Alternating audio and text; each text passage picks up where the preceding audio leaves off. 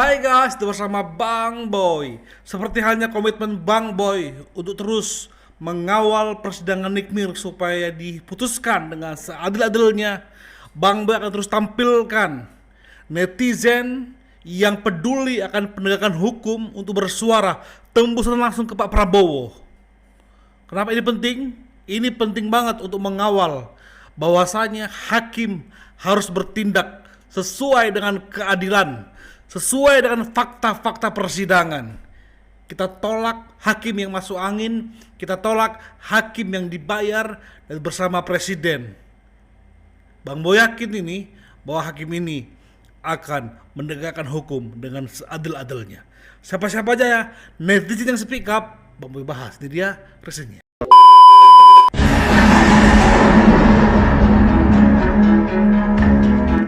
Guys, aku mau speak up nih masalah si Reza Gladys.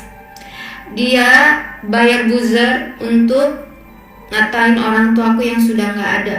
Kamu tahu nggak? Kamu boleh jahat sama aku tapi tidak dengan orang tuaku. Orang tuaku sudah meninggal, dan orang tuaku sebelum meninggal dulunya kami tukang gorengan, tukang lotek, tukang karedok, tukang agar-agar, tukang cireng. Jangan mentang-mentang kamu berduit, kamu bisa bayar orang untuk ngehina aku, ngehina keluarga aku, ngehina aku. Kita nasihati, mengingatkan yang baik, tapi kamu tidak nerima. Kamu tunggu aja nanti tuh, kamu bentar lagi miskin itu. Mentang-mentang, guys, jangan beli produknya si Reza Gladys. Ingat, jangan kalian beli tempat lain aja. Ada RG yang sedang bermasalah Pak Prabowo, dan dia membuat orang yang harus mengurus 3 orang anak dan kurang lebih hampir setahun harus mendekam di penjara. Tidak ada pemerasan di sini, banyak buktinya. Persidangan membuktikan tidak ada barang bukti yang menyatakan bahwa dia diperas. Bahkan wajahnya saja menunjukkan bahwa dia tertawa-tawa saat ada video sedang merekam dia berteleponan dengan orang yang diduga yang katanya memeras dia. Itu clear Pak Prabowo. Tapi biarlah jeritan kami ini, suara netizen, untuk menggoncang hati Pak Prabowo untuk memantau, melihat persidangan Nikmir yang akan diputuskan 28 Oktober ini. Bukan soal Nikita Mirzani, tapi soal kepercayaan kita terhadap hukum di Indonesia yang udah hancur. Terdakwa yang belum tentu bersalah tetap ditahan. Dan hari ini tadi gue lihat persidangannya, terdakwa punya barang bukti bahwa persidangan itu sudah ada yang mengendalikan, tapi hakim dan jaksa memilih untuk tidak memperbincangkan barang bukti itu. Apa masih pantas disebut hakim yang mulia kalau misalnya sumpah hakim aja dilanggar? Sumpah hakim akan bertindak seadil-adilnya, selurus-lurusnya. Lurus berdasarkan apa? Negosiasi angka. Nah, kita minta betul-betul hakim yang dia tahu bahwa semua mata melihat dia. Di zaman sekarang ini ya, kalau kita bilang hakim, ingat ya, Allah tuh melihat. Kayaknya mereka tuh udah kebal dengan kata-kata itu. Tapi kalau kata-kata gini, hakim, ingat ya, Pak Prabowo melihat kalian, sepertinya mereka lebih takut. Yes, takut. Kejadian Ronald Tanur yang mengadili dengan tidak adil, bahkan akhirnya terbukti penyuapan, itu kan karena Pak Prabowo mengambil langkah. Walaupun kita belum mengetahui hasil persidangannya, tapi kita wanti-wanti saja. Soalnya sepertinya alurnya sudah sesuai kan. 10 tahun tuntutan awal karena berkelakuan buruk, naik setahun lagi 11 tahun. Sementara ada dari mantan buzzernya mereka mengatakan bahwa Nikmir kalau sesuai skenario adalah 10 tahun. Wow.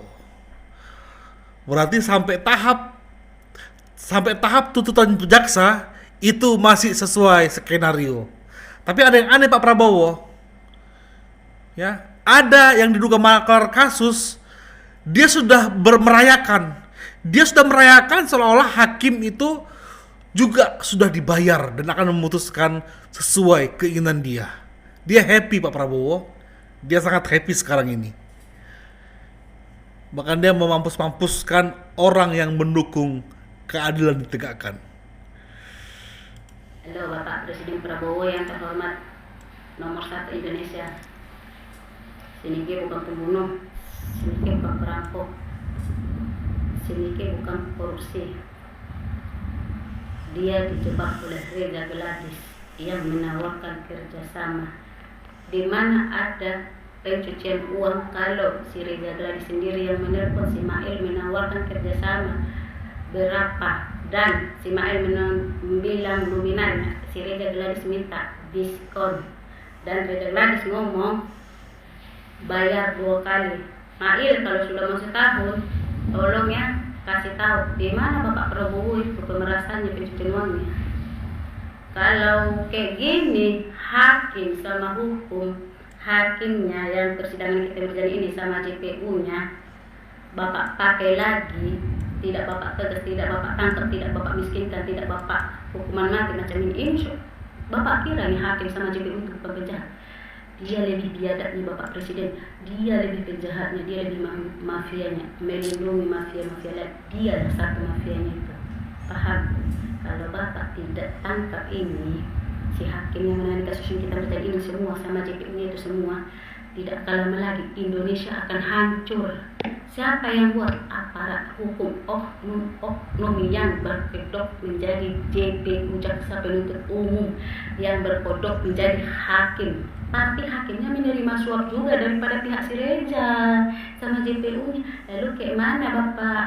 Di mana hak asasi manusianya Bapak? Sila kelima pun kagak ada. Emangnya sini itu pembunuhan apa? Kagak kan?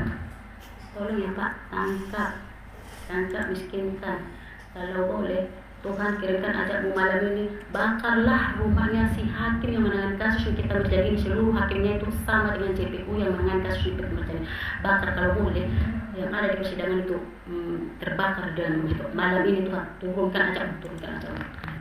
Sabar Ibu. Ingat, hakim belum memutuskan. Kita berpikiran positif kepada hakim, tapi juga kita awasi dia. Ya, tolong sabar semua. Kita semua juga udah gerah ini, ya. Sudah gerah banget. Masalah JPU itu asli gak bisa membuktikan itu pemerasan, tapi dia memaksakan. Paling masuk akal ya di kasus ini, kalaupun memang ada tindak pidana, ya paling lebih ke penyuapan. Kata kasarnya loh. Ya berarti kalau penyuapan, mau yang disuap, mau yang nyuap harus ditahan juga. Mau nggak si Reza juga ditahan? Iya kan? Kita harus prefer aja nih.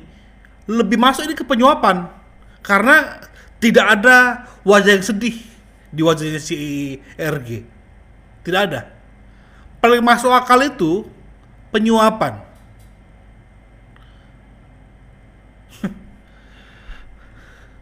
Dan belum lagi guys, denger nih guys. Produk ilegal dugaan suap main drama di sidang dan publik sudah percaya Reza Gladys sebagai korban. Serius teman-teman, ayo kita bongkar pelan-pelan. Pertama, BPOM udah nyatakan produk Glavisia milik Reza Gladys itu ilegal. Cara penggunaannya pakai microneedle, ya tindakan medis yang bahkan nyerempet, tapi dijual bebas. Ini jelas melanggar hukum, bahkan bisa dikenai ancaman pidana 12 tahun penjara loh. Tapi sekarang Reza juga terseret di sidang Nikita Mirzani kan, karena mentransfer uang ke Nikita. Harusnya ini bisa dikategorikan sebagai suap tutup mulut karena dilakukan setelah Nikita menyinggung produk ilegal Reza. Tapi anehnya ya kita tahu yang diadili malah Nikita dengan tuduhan pemerasan. Di mana logikanya teman-teman? Kalau seseorang ngasih uang ke orang lain supaya diam atau tutup mulut tentang pelanggaran hukum, itu bukan diperas, tapi justru dia yang menyuap. Ini dasar hukum pidana yang paling dasar. Coba dia lebih parah lagi, Reza malah tampil di media dengan sikap bingung dan sok nggak tahu menau katanya, dengan bilang maksudnya gimana? Padahal publik kan udah tahu persis teman-teman. Dugaan produk ilegal dan dugaan penyogokan bukan hal sepele. Ini masalah integritas hukum dan keselamatan publik. Jelas persidangan ini bukan sekedar drama artis. Ini cermin dari kemunduran sistem peradilan kalau sampai pelaku bisa memutarbalikan posisi dan hukum gak berdiri netral. Reza Gladys harus dikritik keras. karena tidak menunjukkan tanggung jawab moral, bahkan cenderung berlindung di balik popularitas. Kita semua wajib kawal juga kasus ini teman-teman, bukan soal Nikita aja, tapi karena siapapun yang salah harus dihukum tanpa pandang nama, status, atau jumlah followers teman-teman. Coba berikan gimana, saya ada pendapat, berkomen ya. Ngomong-ngomong, hasil kejadian kemarin kok berat sebelah ya. Inilah fakta Pak Prabowo. Ini fakta, ini terjadi.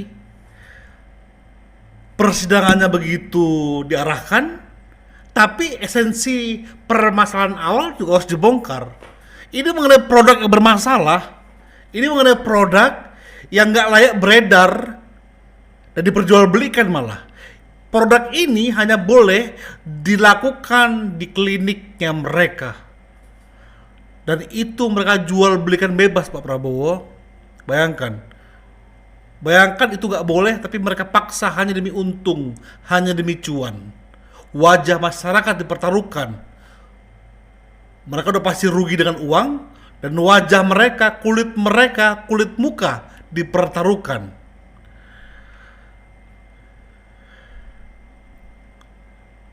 Kita seharusnya berterima kasih kepada orang-orang yang bersuara demi kulit wanita Indonesia. Terlepas dia mau disuap atau dia mau ditutup mulut, itu biar urusan dia. Tapi selagi orang yang mau speak up, yuk jangan dibungkam. Hanya orang yang bodoh saja itu yang dikatakan itu detik-detik seperti itu. Padahal sudah jelas ini dari saya, dia mengkonfirmasi lagi ini dari saya. Sehingga kemudian itu hanya metode pembayaran dan bukan seperti itu layer yang dimaksud di dalam tindak pidana pencucian uang. Layer yang dimaksud seperti yang ada contohnya jadi dia oke lah pertanyaannya tidak berlapis-lapis, tapi tidak-tidaknya menyamarkan dari semuanya. Ya, tapi dalam kasus-kasus konkret yang terjadi ada beberapa keputusan-keputusan yang saya kira menjadi relevant decision di Mahkamah Agung mengenai KPPU ini. Bahkan di keputusan Joko Susilo terakhir itu kan diadui oleh Mahkamah Agung bahwa ternyata Joko Susilo dia memperoleh dari ternyata dia punya bisnis dan tidak semuanya adalah hasil KPPU. Itu putusan tingkat pertama bilang KPPU, banding juga KPPU, Mahkamah Agung mengadili dan dikembalikan kepada Joko Susilo. Dia memang terbukti tidak ada yang lainnya, tapi KPPU-nya tidak. Sehingga sekali lagi dalam penerapan KPPU ini tidak sembarangan. Tidak sembarangan, Nikmir diduga TPPU. Tapi ketika ahli mengatakan kalau memaksakan ke TPPU, maka si orang yang transfer juga kena. Juga dicek sumber hartanya dari mana. Dan seketika di tuntutan itu hilang, itu menghilang. Makanya Pak Hakim, Pak Prabowo kita kawal ini, ya. Lewat apa? Lewat statement ini. Assalamualaikum warahmatullahi wabarakatuh. Selamat pagi rekan-rekan, menyampaikan tentang proses persidangan putusan Nikita Mirzani nanti ya. Dan tuntutan jaksa kemarin 11 tahun denda 2 miliar. Dalam hal ini bahwa upaya yang harus dilakukan dalam istilah hukum adalah onslaught van rechtvervolging. Ya. Jadi boleh kita di sini membebaskan Nikita Mirzani, artinya bahwa tidak bisa kita menghukum Nikita Mirzani secara pidana di sini. Karena di dalam hal ini bahwa ada upaya yang harus dilakukan, yaitu onslaught van rechtvervolging. Ya. Jadi ini artinya bahwa adalah sebuah teori hukum Belanda yang harus dipakai di dalam hal ini. Jadi artinya bahwa Nikita Mirzani kembali lagi saya mengatakan tidak bisa dihukum dan tidak bisa diponis sesuai dengan tuntutan jaksa 11 tahun ya dengan pidana di sini. Karena kenapa ya memang ada hukum itu yang menyatakan ya harus dikaji dan disimak sebagai acuan untuk menjadi sebuah dasar di dalam pledoi nanti atau ada upaya-upaya hukum lain yang harus dilakukan di sini. Jadi Bang Sahar di sini kembali menyampaikan sebuah upaya hukum dan dasar hukum yang bisa kita harus memakai untuk menjadi sebuah acuan, yaitu onslaught van Vervolging, ini adalah sebuah bahasa Belanda ya ini sudah dipakai dari sejak 100 tahun yang lalu ya, bahkan 200 tahun yang lalu, dan sampai sekarang di seluruh dunia ini dipakai untuk bisa membebaskan seseorang tanpa ada bukti dan tanpa ada dasar-dasar pidana sebagaimana apa yang dituduhkan selama ini, yaitu pemerasan, pencemaran nama baik di dalam media dan TPPU ya. Jadi mengharap jaksa penuntut umum harus bisa memahami atau dapat memahami dan memaklumi keadaan ini apabila Bang Sahar ingin melakukan sebuah usulan tentang ini, dan begitu pun dengan hakim yang ada di Pengadilan Jakarta Selatan yang akan melakukan persidangan berikutnya atau sampai kepada vonis ya. Jadi ini kita bersama belum tentu dihukum 11 tahun dan belum tentu didenda 2 miliar karena memang ada Onslaught van Rakter Porci ya. Ya artinya bahwa tidak bisa dipidana oleh di kita bersani, tidak bisa karena tidak ada bukti. Itu fix, titik. Teman-teman yang speak up di TikTok, yang sudah speak up entah lewat tulisan, yang langsung surat terbuka kepada Pak Prabowo, Bang Boy janji akan up terus sampai tanggal 28. Bang Boy janji sekali lagi, Bang Boy akan up ungkapan kalian dari hati kalian untuk penegakan hukum yang berkeadilan di persidangan Nikmir. Tembusan surat terbuka untuk Pak Prabowo, Presiden Republik Indonesia sebagai Panglima Hukum negeri ini. Thank you.